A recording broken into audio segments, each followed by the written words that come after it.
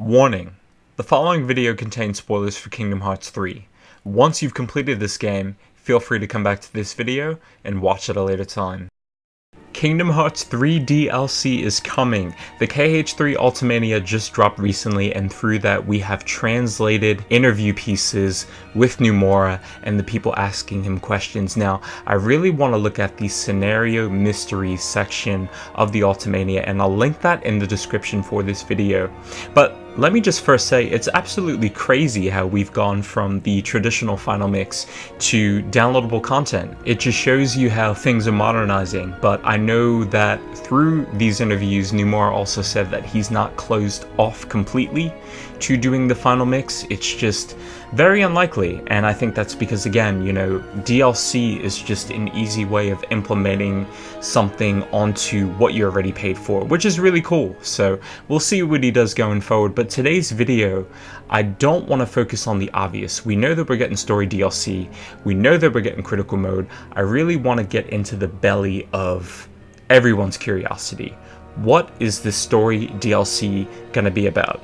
I'm going to give my opinion, and as always, I want you guys to feel free to discuss, give your thoughts, and speculate with me down below. I did the Yozora video, which I'm new to doing a style and format of videos like this, and you guys took that with open arms, so I want to thank the Kingdom Hearts community for letting that topic and my upload in and really discussing, sharing, and generating ideas in the comment section for that video. So I'm hoping that we can get a repeat on that, because it's nice to know everyone's opinion and get some really exciting ideas on what the story is going to be going forward. So now let's get into today's topic, which is again the upcoming DLC. My belief on what I think this story is going to be based on and what we're going to play through mainly, I'm convinced it's going to pick up right where we left off, and that is with the disappearance of Sora. And I think what's going to happen is we're going to start right where we left off when Sora decided to go retrieve Kairi and save her heart and recomplete her, so that way she could be with everyone, even if it meant Sora losing everything, which he got the warnings through Mickey and young Xehanort. Young Xehanort was somebody who persisted and warned him multiple times when he was saving his friends right before the big battle and everything fell downhill. Obviously, Sora used the power of waking, which Nomura revealed in fine detail, to get everyone back, and that essentially manipulated time to where what had just happened technically never happened, because he was able to get everyone back, and he was able to come back himself because Kairi saved him. Now that is a fine detail that I want to touch on. Kairi saved him the first time, but the second time everything worked out. They had their big battle, and the only one who lost their heart the second time around, you know, the time that everything mattered, was Kairi. Kairi was slayed in front of us. I thought it was so disappointing, you know, all this hype with Lee and her to be these Keyblade wielders who were on the up and coming that we would potentially or hopefully play as in Kingdom Hearts 3, and that just never panned out. And I feel like she absolutely got played, and of course through this, now she's gone. Sora being Sora, we know the love that he has for his friends, decided to go after her. Now, nobody knows where Sora is. He's gone after Kairi. No one can save him. So from Sora's perspective, what I think is going to happen in this DLC, because I think it's all going to start with him, he is going to be chasing Kairi just as he did his friends the first time around, in which he's in a sequence to where he's in this dimension and he's using the power of Waken to try and retrieve Kairi. He's gonna fall into this abyss. He might even run into the Lich again, because the Lich doesn't die, at least from what I see from my standpoint. I think it just went away. I think it's gonna come back and it's going to more or less kill him or tear him body from heart. And what I think is gonna come into play here, this is a core part what I think is going to come into play here, and this is something that I referenced in a previous video, Luxord's wild card. I think that's going to save his life, and in this Scenario Mysteries interview from the Ultimania, Numora more or less gives the massive hint, or at least confirms that that theory is within possibility. Now, that doesn't mean my theory, but he's hinting that this is most likely the case.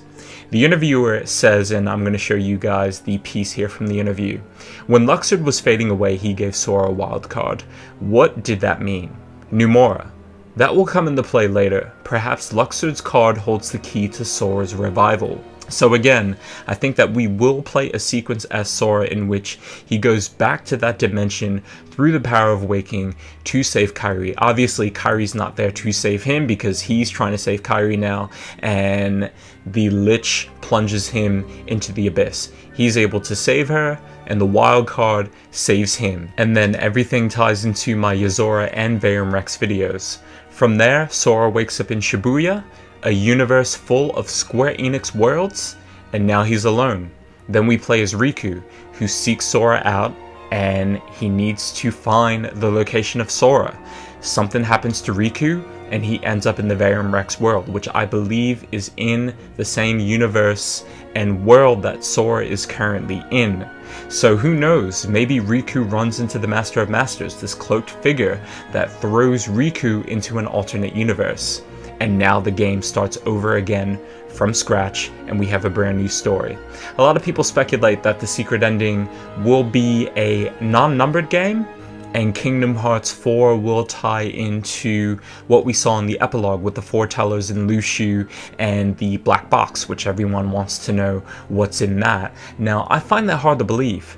I think that what we saw in the epilogue and the secret ending is going to be Kingdom Hearts 4. I think that Square Enix, Numora, they've got this new engine down. Kingdom Hearts 4 isn't going to take as long as 3 did. I know that Numora is working on Final Fantasy 7, but I think that will be done here in a little bit. I'm seeing that Kingdom Hearts 4 production will begin in 2020.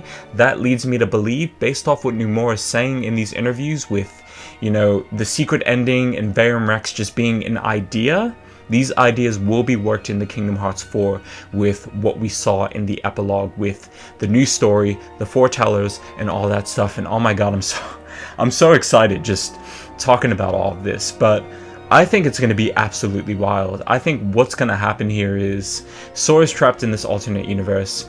Riku was thrown into this.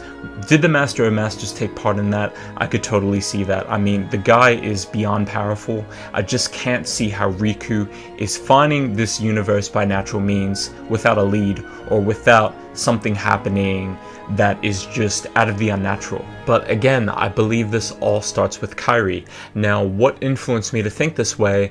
Going back to the Scenario Mysteries interview, I just want to read off one of Numora's answers to the many questions thrown at him.